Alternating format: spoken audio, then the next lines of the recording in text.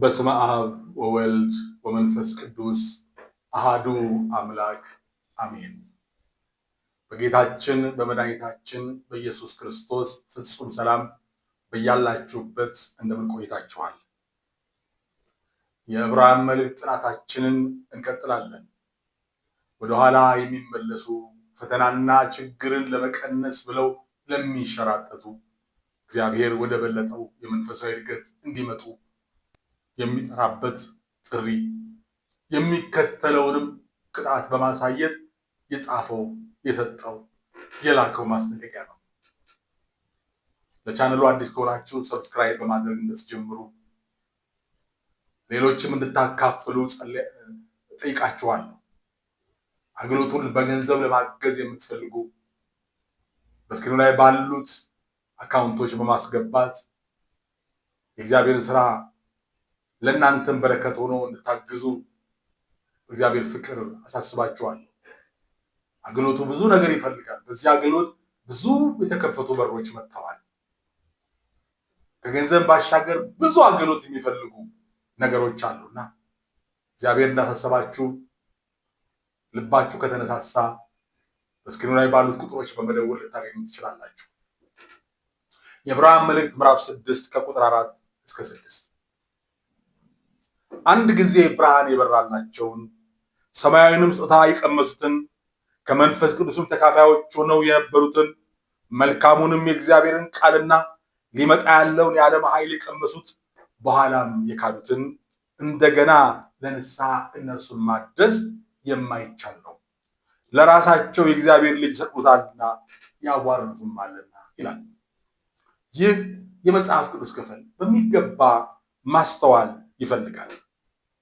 ምናልባት ብዙ ክርስቲያኖችን የሚያስደነግጥም ነው። መዳናቸው እንዲጠራጠሩ በሚገባ ካልተረዱት ምናልባት ድኛለሁ እንዴ ብለው መዳናቸው እንዲጠራጠሩም ያደርጋል። ለምን? ሐሳቡ በሚገባ ካልገባል።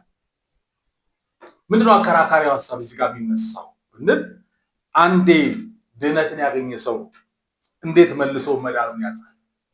ይሄ አሁንም በብዙ በዘመናት መካከል በክርስቲያኖች መካከል የሚያወዛግብ ነው። አንዴ ዳነ ሰው ድኗል፣ መዳኑን አያጣም የሚል አለ።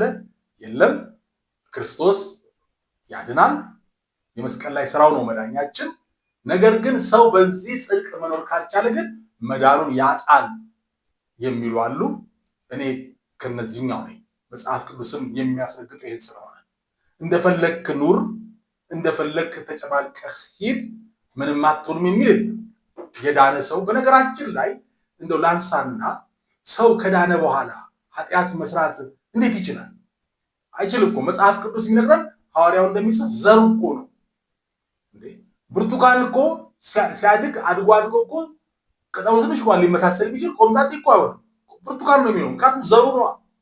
ስለዚህ አሁን ብዙ ክርስቲያኖች በጣም ጥያቄ ሆነው አንዴ የዳነ ይጠፋል ምናምን እያላችሁ ለምን ታነሳለህ?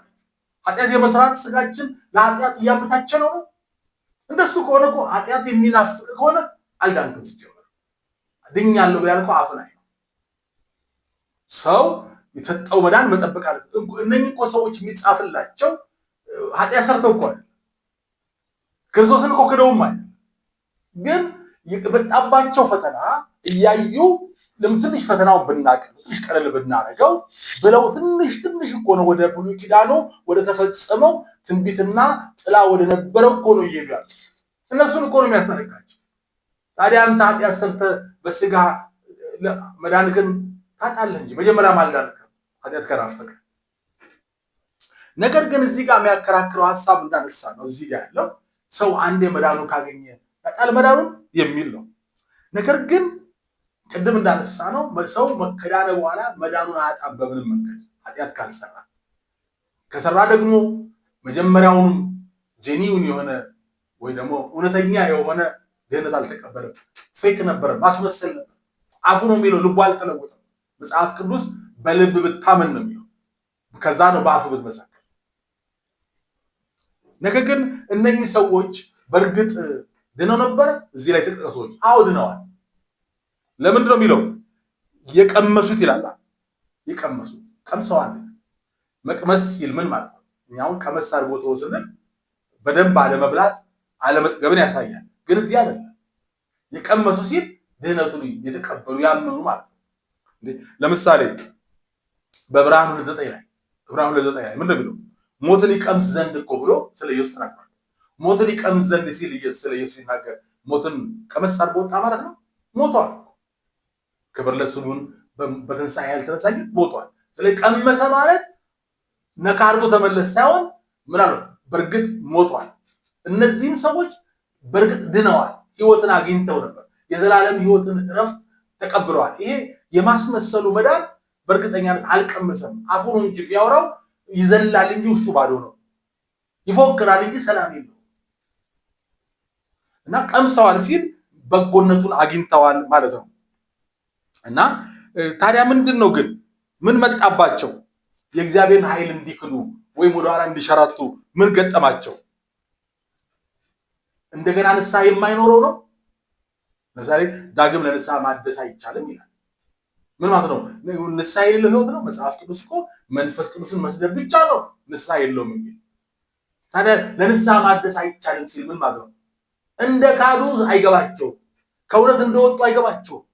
ሰው እኮ ሲያምን እኮ ሲገባው ሲረዳ እኮ ነው። ስለዚህ ለንስሐ ማደስ አይቻልም ሲባል ሰዎቹ ንስሐ ቢገቡ እግዚአብሔር አይቀበልም ማለት አይደለም። የንስሐ በር ተቆልፎባቸዋል ማለትም አይደለም። እነሱ እየወጡ የተንሸራተቱ መሆኑ አልገባቸው። ያልገባውን ሰው ታምም ያለው ያለውን ሰው እንዴት አድርጎ ማከም ይቻላል? ይሄንን ለማለት ነው። እንደገናስ ደግሞ የእግዚአብሔር ልጅ መስቀል የተባለው ምን አይነት ኃጢአት ነው? ምን አይነት ኃጢአት ነው? ይሄ ልናየው ይገባናል።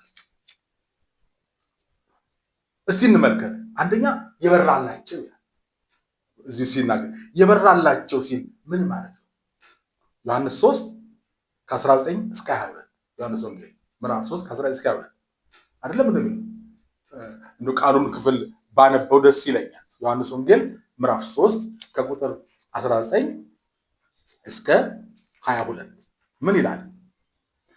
ብርሃንም ወደ ዓለም ስለመጣ ሰዎችም ስራቸው ክፉ ነበርና ከብርሃን ይልቅ ጨለማን ስለወደዱ ፍርዱ ይህ ነው። ክፉ የሚያደርግ ሁሉ ብርሃን ይጠላልና ስራውም እንዳይገለጥ ወደ ብርሃን አይመጣም። እውነትን የሚያደርግ ግን ስራው በእግዚአብሔር ተደርጎ እንደሆነ ይገለጽ ዘንድ ወደ ብርሃን ይመጣ ይላል። የበራላቸው ወደ ብርሃን ይመጡ፣ ጨለማውን ጥለው ይመጡ ማለት ነው። ወገኖቼ ወደ ክርስቶስ መምጣት አንድ ጉዳይ ነው። ወንጌሉን ማመን ሌላ ጉዳይ ነው።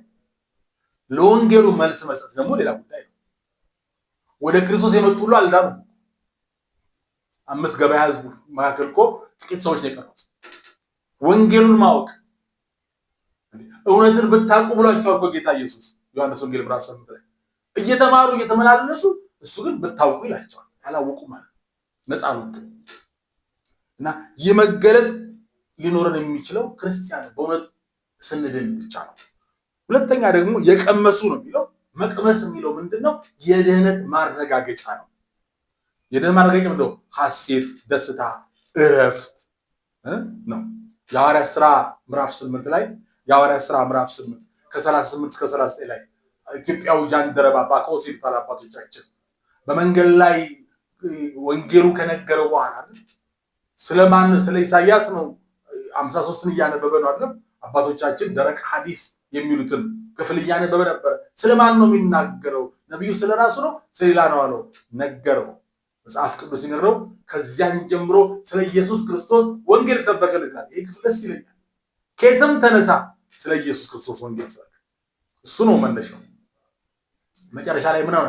እንግዲህ ውሃ ይኸውና ነው እንዳልጠመቅ የሚከለክለኝ ነገር አለ። ካመንክ በፍጹም ልብ ካመንክ ይቻላል አለው። እንዴ ኢየሱስ እግዚአብሔር ልጅ ነው አምናለሁ አለ። ተጠመቀ። ከውሃ በወጣ ጊዜ ፊልጶስን መንፈስ ቅዱስ ነጠቀው ይላል።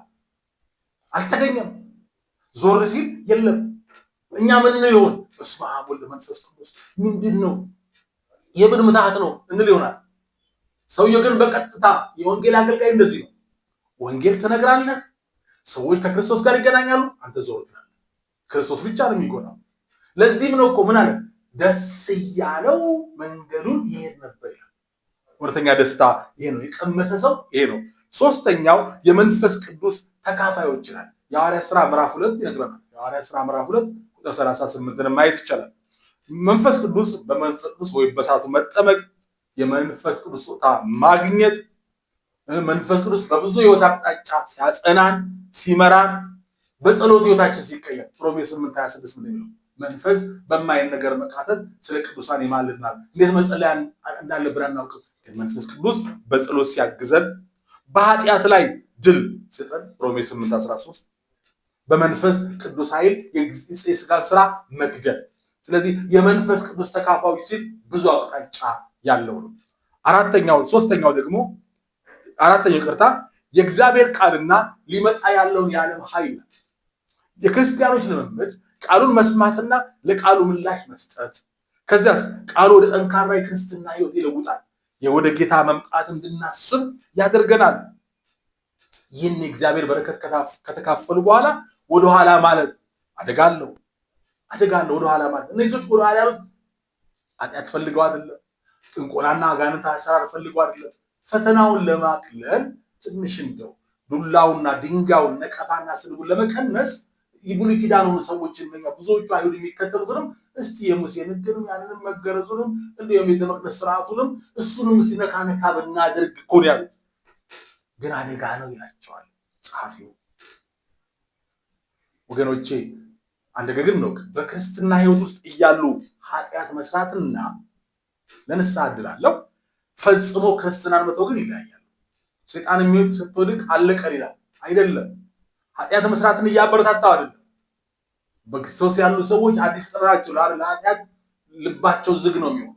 ነገር ግን ቶሎ የመነሳት አቅም ክርስትናን ፈጽመ እንደተው አድርጎ ጠላት የሚያውጅልን አትስማው። ነገር ግን ያንን ልክ ያልሆነው መንገድ ከደጋገም ነው ልብ እየደነደነ ይሄድና መንፈስ ቅዱስ የሚለንን መስማት ያቅተናል። ከዛ በኋላ እንመለስ ብንል ሊያቅተን ይችላል። የመዳንን ነገር ነው ሰዎች መጀመሪያ በተቀበሉ ጊዜ ጌታን ወደ ልባቸው አስገቡ። አዳኝ መድኃኒቴ አንተ ነህ አሉ። በደሙ ተገዝቻለሁ አሉ። የመዳኑን ደስታ ቀመሱ። የመንፈሱን ስጦታ ተካፈሉ። የህይወት ለውጥ አግኝተው ነበረ። ግን መልሰው ሸርተት ብሏል። ይሄ ነው ክርስቶስን መስቀል ማለት ይሄ ነው። ማዋረድ ማለት ይሄ ነው እንጂ የት ያገኙታል?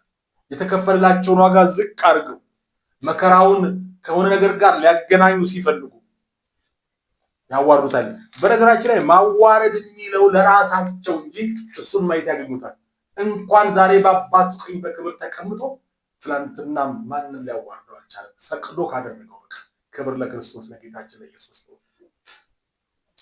በአጠቃላይ ይህ ክፍል ለምን ጻፈው ስንል በክርስቶስ የተገኘውን ድህነት መጠበቅ እንዲገባ ለማስጠንቀቅ ነው፣ ለማስፈራራት አይደለም።